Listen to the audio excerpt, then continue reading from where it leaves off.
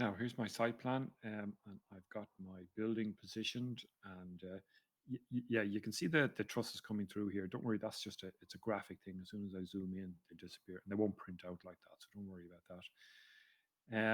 So what I'm going to do is I'm going to put this site plan onto a new sheet. So I'm going into my sheets over here. I'm right clicking on the sheets category. I'm going to hit new sheet. And this is what I'm picking. So it's HEGANTTR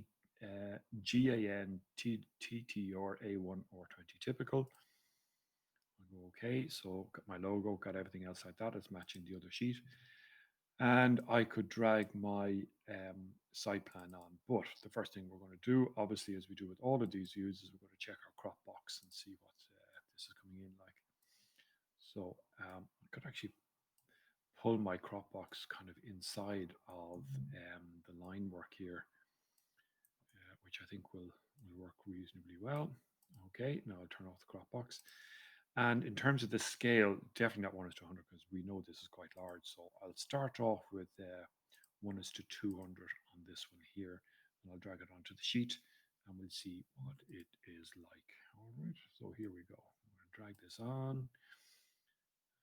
It's coming in not bad here now. Okay, so it's taken up quite a large proportion of the sheet. I think what I might do is I might do a custom scale here of 1:250. A reasonable scale for a site plan as well.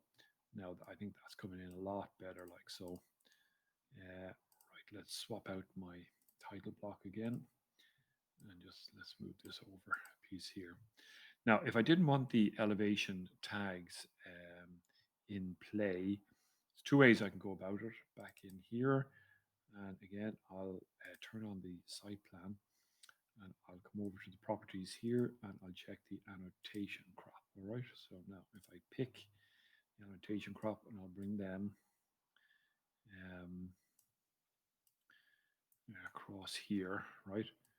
So the ones that are outside have now disappeared. I've still got a couple on the inside here. So that's one way.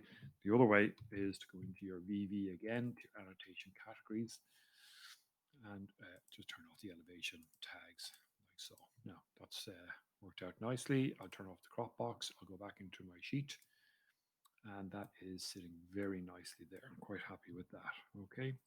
Now that gives me a nice little bit of space here on the second sheet in which I'm going to throw in some 3D views and some camera views of the project as well.